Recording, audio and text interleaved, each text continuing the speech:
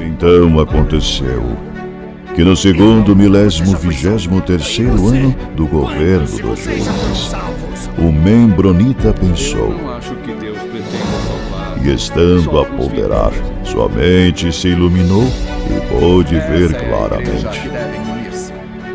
Pois em verdade vos digo, meus fiéis, que se dentre vós algum membronita, deste emana sabedoria e conhecimento, e a verdade vos libertará.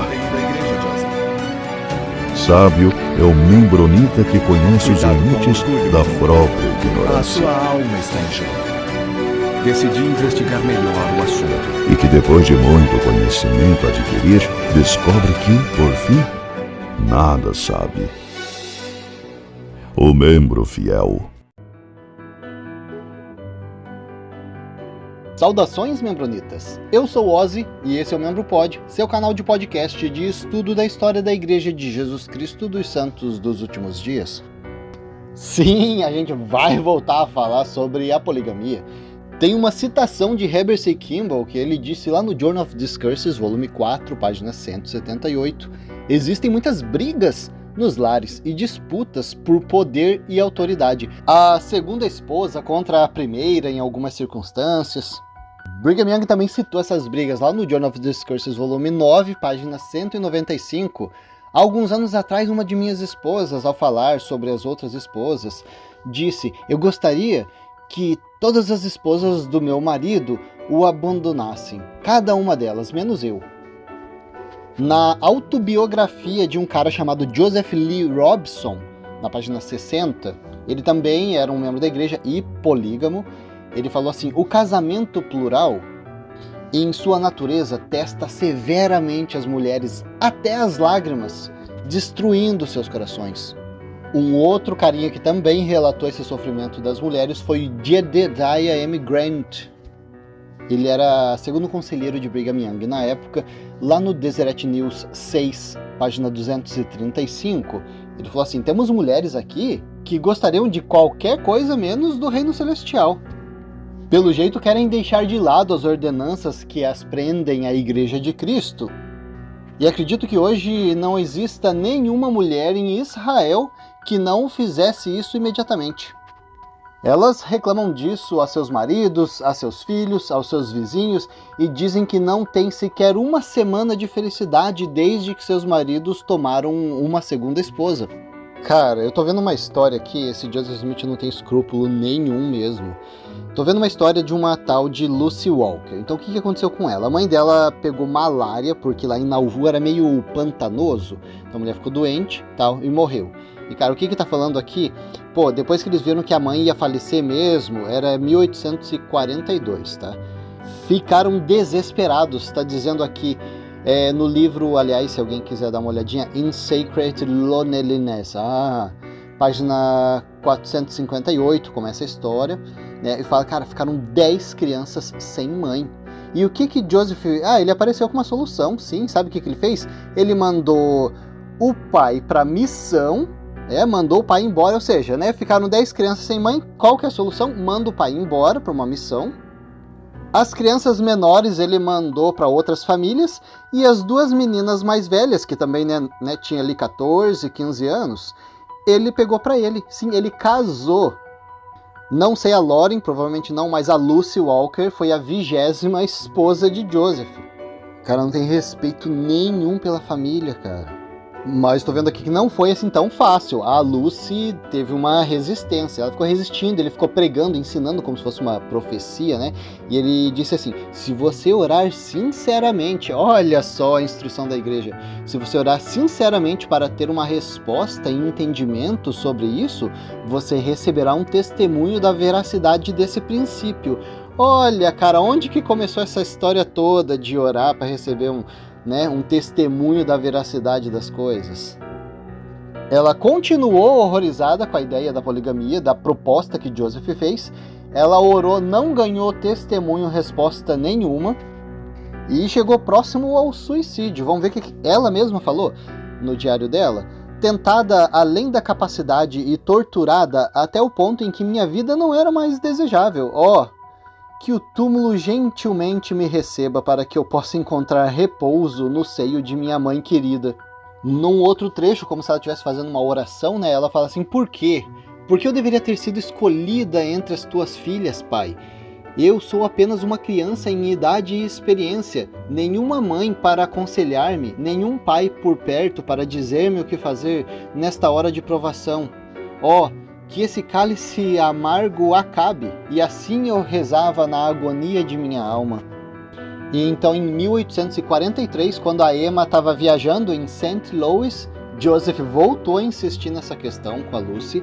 A Lucy então aceitou a proposta.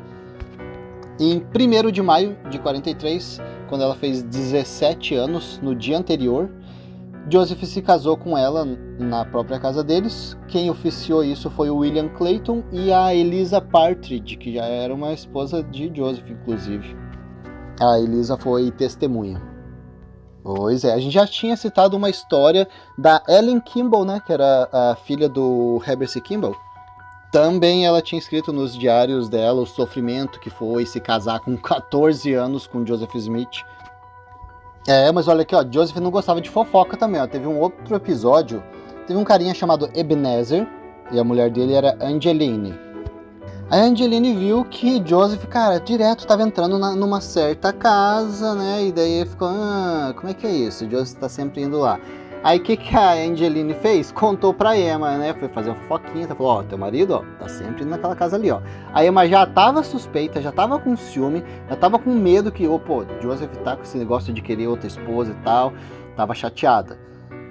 Chegou em casa, tiveram aquela DR, né? Provavelmente o Joseph descobriu quem que foi que caguetou ele. Aí ele chegou lá na casa do Ebenezer, chamou, né, a Angeline, também falou, xingou, falou, cara, isso aqui, não sei o que lá, falou mal de mim, fez fofoca e tal, e queria retratação. A Angeline falou que não ia se retratar, e nem o marido também não gostou, falou que palhaçada dessa, tá vindo aqui na minha casa, fala da minha mulher, né, e daí fala que o profeta a amaldiçoou severamente. Para tentar defender a ideia da poligamia, obviamente, né, foi colocada aquela história de anjo com espada, forçando isso a acontecer. Foi dito, né, que muitos profetas antigos já faziam. Fala que isso era um mandamento, que quem não cumprir isso, né, quem não viver, o homem que não tiver várias esposas não vai pro reino celestial. E, inclusive, né, um outro argumento que usavam é Deus e Jesus Cristo também tinham um monte de esposas.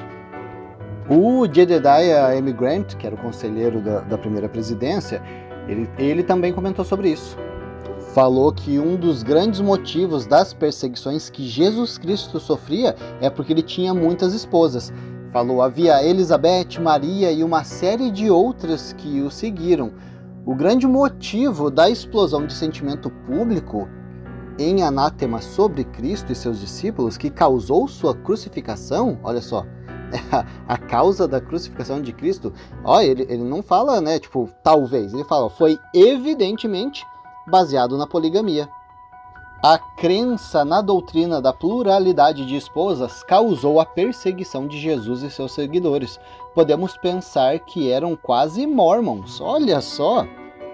Jesus e seus seguidores, eles não eram tão dignos para serem mormons, eles eram quase mormons. E aí a doutrina da igreja, o segundo conselheiro na primeira presidência falou, quer ver isso aí? Não estou falando da minha boca não. Journal of Discourses, volume 1, página 345. O motivo da crucificação de Jesus Cristo é porque ele tinha um monte de mulher, talvez o pessoal estava enciumado. Outro que falou dessa poligamia de Jesus Cristo foi o Orson Hyde. O que ele falou?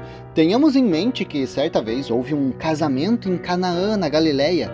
Ninguém menos que Jesus Cristo casou-se nessa ocasião. Sua intimidade com Maria e Marta e com a outra Maria, a quem Jesus também amava, deve ter sido extremamente inconveniente e impróprio, para não dizer mais. E arrisco-me dizer que se Jesus Cristo passasse agora pelos países cristãos de hoje, com todas as suas mulheres, como costumavam segui-lo, ele seria cercado e coberto com piche e pena. Sobre essa doutrina, os hipócritas e falsos religiosos dirão blasfêmia. Portanto, fortemente não objeto contra o casamento de Cristo. Isso está escrito no Journal of Discourses, volume 4, página 259. Cara, por que eles nunca leem isso no domingo? Aí o Orson Hyde viu que em algumas publicações ele estava sendo representado como um grande blasfemador por ter dito que Jesus Cristo se casou, né? Então ele respondeu a essas acusações, né, dizendo, tudo que eu tenho a dizer em resposta a isso é que eu adoro um Salvador que é puro e santo para cumprir todas as ordens de seu Pai. Não é apenas puro e santo para cumprir toda a justiça, como a lei do batismo, mas uma lei ainda muito mais justa e importante, que é a de multiplicar e encher a terra. Ele falou isso lá no Journal of Discourses, volume 2, página 210. Brigham Young confirmou isso também, que Jesus Cristo era casado. Orson Pratt também falou, tem até um discurso do Orson Pratt que ele fala assim, será visto que o grande Messias, que foi o fundador da religião cristã, era polígamo. O Messias escolheu casando-se com muitas esposas honradas, mostrando a todas as gerações futuras que ele aprovava a pluralidade de esposas sob a dispensação cristã, bem como sob a dispensação em que seus ancestrais polígamos viveram. Temos claramente mostrado que Deus, o Pai, teve uma pluralidade de esposas. Nós também temos mostrado muito claramente que o Filho, com F maiúsculo, seguiu o exemplo de seu pai e se tornou um grande noivo a quem as filhas dos reis e muitas esposas honrosas se casaram. E então vocês, irmãs, delicadas senhoras da cristandade, não podem suportar esta cena? Não querem ouvir sobre essa moral corrompida nos seus delicados ouvidos chocados? Com a vossa piedosa modéstia envergonhada pela sociedade dos polígamos e suas esposas, então não se arrisquem perto da terra prometida, pois ali os polígamos serão homenageados e estarão entre os governantes daquele reino. Então esse aí foi um discurso de Orson Pratt que foi registrado ali no livro The Seer, o Vidente, na página 172. O Orson Hyde, viu que o pessoal não estava acreditando naquela história de que foi Jesus Cristo que estava se casando naquele casamento de Canaã da Galileia. Ele falou, vocês não acreditam que era ele? Bom, nós, a Igreja de Cristo, dizemos que foi Jesus Cristo quem se casou, para entrar em uma relação onde ele pudesse ver a sua semente antes de ser crucificado. Será que ele passaria pela terra sem deixar uma semente para usar o seu nome? Não. Antes que o Salvador morresse, ele olhou para seus filhos naturais como olhamos para os nossos. Ele viu a sua semente e logo em seguida ele foi tirado da terra. Olha que nessa parte do discurso ele começa a explicar, por que ninguém sabe dos filhos de Jesus Cristo, Ele fala assim, mas quem declarará a sua geração? Eles não tiveram um pai para manter uma honrosa lembrança, pois eles passaram pela sombra do esquecimento, para nunca mais serem expostos aos olhos mortais como a semente de um abençoado. Sem dúvida, se tivessem sido expostos aos olhos do mundo, as crianças poderiam ter partilhado do mesmo destino como nos dias de Herodes, quando foi determinado que todas as crianças fossem mortas.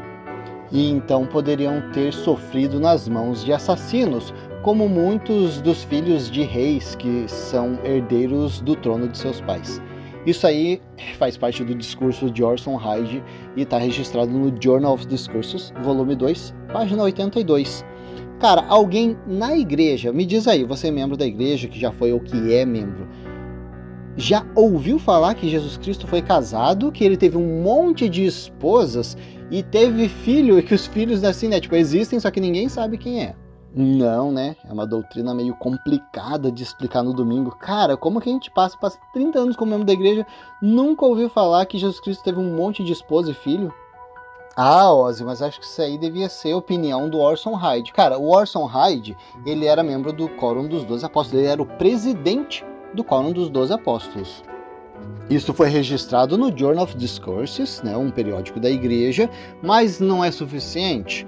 Wilford Woodruff escreveu no diário dele, quer ver qual dia? 22 de julho de 1883. Ele contou que ele estava, vamos dizer aqui, domingo participei na escola dominical e na conferência onde o profeta Joseph F. Smith falou por 1h25. Ele falou sobre o casamento em Canaã, na Galileia, e ensinou que Jesus era o noivo e Maria e Marta as noivas. Aí o Wilford Woodruff comenta mais algumas coisas desse discurso, daí ele fala, Joseph Smith falou sobre essas passagens para mostrar que Maria e Marta tinham uma relação muito mais próxima do que simplesmente de crentes. Joseph Smith sabia que Jesus Cristo cumpriu toda a lei, não somente a do batismo por imersão, mas também não teria morrido sem ter se casado. Bom, a poligamia é um assunto bem evitado pela igreja. Não é falado nada disso que a gente tem estudado aqui, né? nas aulas, nos sermões, nos manuais, nas conferências, nos corredores, né? E geralmente esse assunto está desaparecido. Ah não, Ozzy, eu sou membro e eu sabia que Jesus Cristo... Eu já tinha ouvido falar pessoas dizendo, né, a igreja acredita que Jesus Cristo foi casado e tal, ou que ele e Deus têm muitas esposas, mas nunca vi isso nos manuais da igreja enquanto eu era membro. Nunca tinha visto um discurso de um antigo profeta da igreja afirmando essas coisas. Né? E como prova de que os membros realmente não fazem ideia disso, eu tô vendo aqui no site Investigações Sud, né, essa matéria, que uma mulher comentou ali, né, uma membro da igreja, falou, isso aí é uma acusação, uma grande blasfêmia, essas grandes mentiras, tal, né, tá falando isso. Você se arrependerá de cada palavra. É isso, na verdade, só foi lido os manuais da igreja, material da igreja, discursos de profeta. Os membros não fazem ideia de que a igreja, pelo menos um dia, defendeu essa ideia de que Jesus Cristo foi casado e teve um monte de esposas. O que será que a igreja falaria hoje se eu perguntasse para um apóstolo? E aí, Jesus Cristo foi casado? Teve um monte de mulher? Enfim, a gente já sabe que tem a FAIR LDS, né, que é uma organização apologista da igreja, de estudiosos, e tem um carinha chamado Michael Fordham, que ele reclamou assim, os críticos mostram a sua ignorância da doutrina mórmon, afirmando que, segundo os líderes da igreja, o casamento plural é necessário para a entrada no reino celestial. A doutrina não é o casamento plural, mas o casamento eterno. E isso é o que Doutrina e Convênios diz. Só porque os líderes da igreja primitiva tiveram casamentos plurais, não altera a doutrina. A doutrina foi casamento eterno. A administração da doutrina pode ser casamento singular ou plural. Bom, para os membronitas que já estudaram aqui com a gente episódios anteriores, a gente já viu que ficou bem definido que o homem que não tiver mais de uma mulher não vai para o reino celestial. Isso aí foi uma tentativa bem tosca de tentar ludibriar a cabeça aí das pessoas que não têm conhecimento. Ainda chama os críticos de ignorantes, como é que é? Na verdade, sobre isso, cara, a igreja sempre teve essas tentativas, né? No Deseret News a gente vê que teve um episódio, então assim, o estado de Utah, aliás, Utah queria ser um estado, só que eles viviam a poligamia, então os Estados Unidos não estava aceitando isso.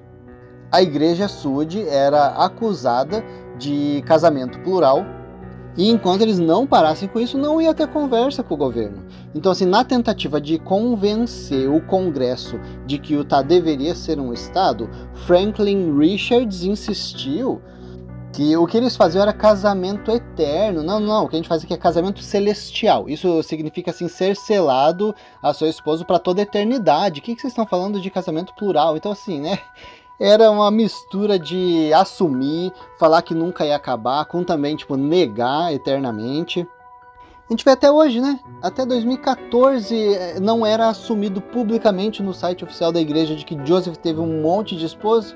Então o que os apologistas da igreja tentam se basear, às vezes, é nessa fala aí, quando eles se defenderam no estado de que não, o que a gente vive é casamento eterno, não tem nada a ver com casamento plural, né? Mas, né, o pessoal tem mente curta.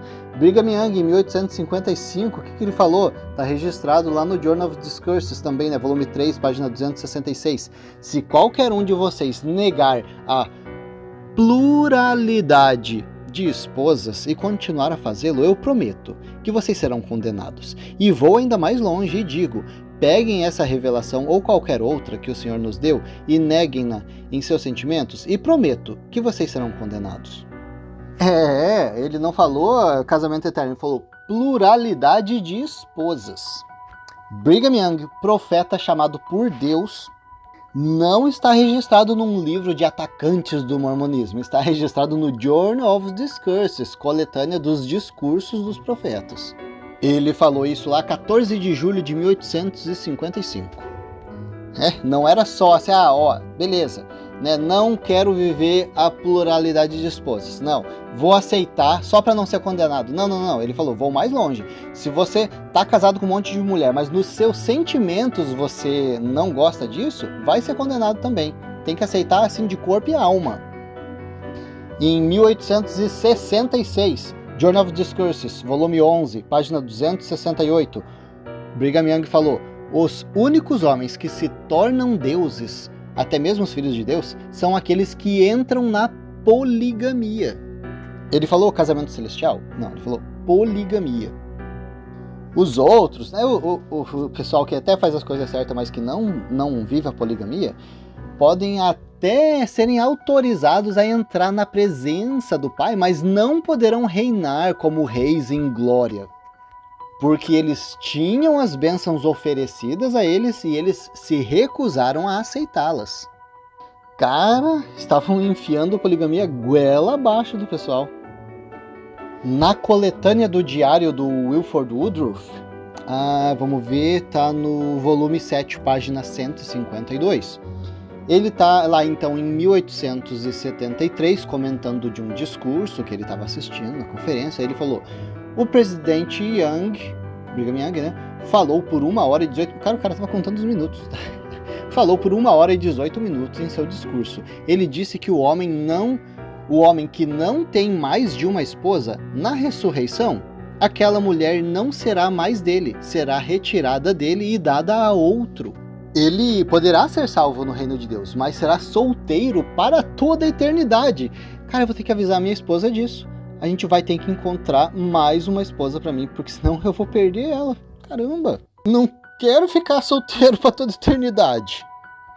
Joseph F. Smith, em 1878. Algumas pessoas têm suposto que a doutrina do casamento plural é supérflua ou não essencial para a salvação da humanidade. Gostaria de introduzir meu solene protesto contra essa ideia, pois sei que é falsa. Não há bênção prometida, exceto sob essas condições. Portanto, quem imaginou que poderia obter a plenitude das bênçãos que pertencem a esta lei celestial, através do cumprimento apenas de uma parte de suas condições, enganou-se. Não pode fazê-lo. Está registrado no Journal of Discourses, volume 20, página 28.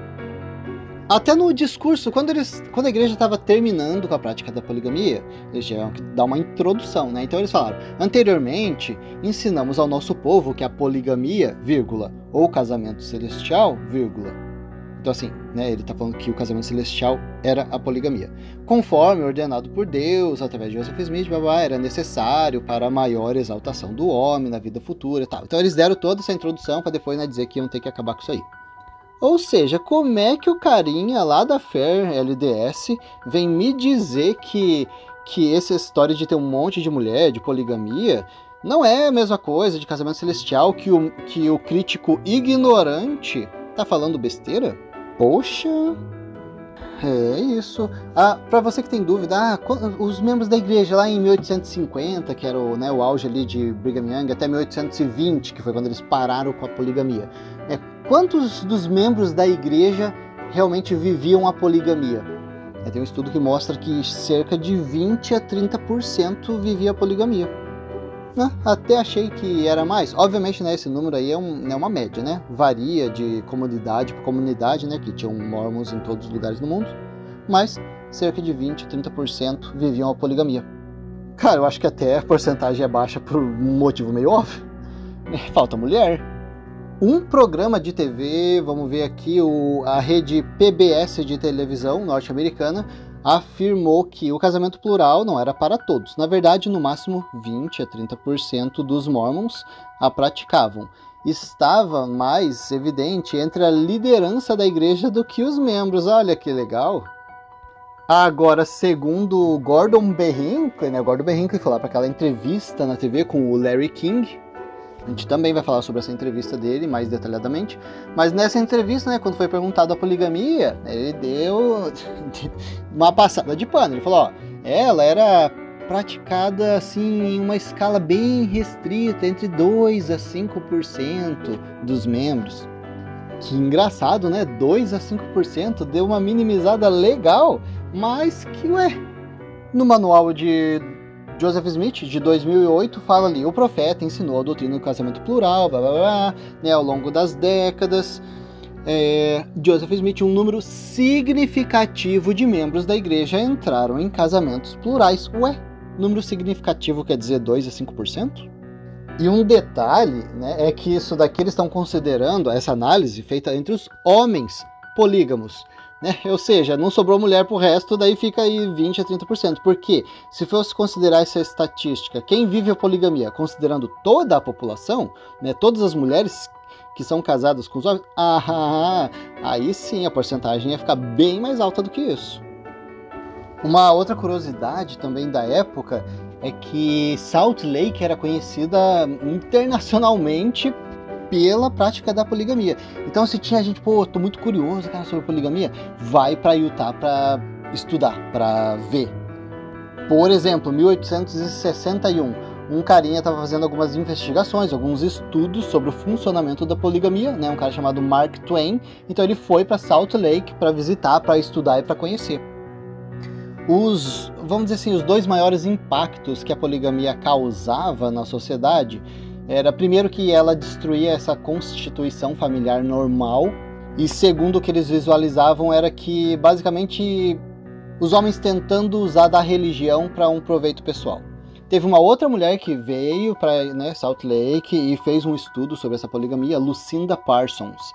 Ela estava lá em 1850 até 1851 em Salt Lake, e segundo ela, vamos ver o que ela escreveu aqui. Esses demônios, os homens polígamos, casam-se com algumas garotas de 10 anos de idade. Por exemplo, um homem toma uma mãe e uma filha e se casa com elas.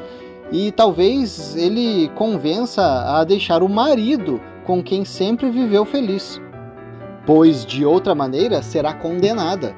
E ela acredita nisso, pois ele é um chefe da igreja. Desta maneira, muitas famílias respeitáveis foram arruinadas. Teve até um humorista, ele viajou por Utah, Artemus Ward.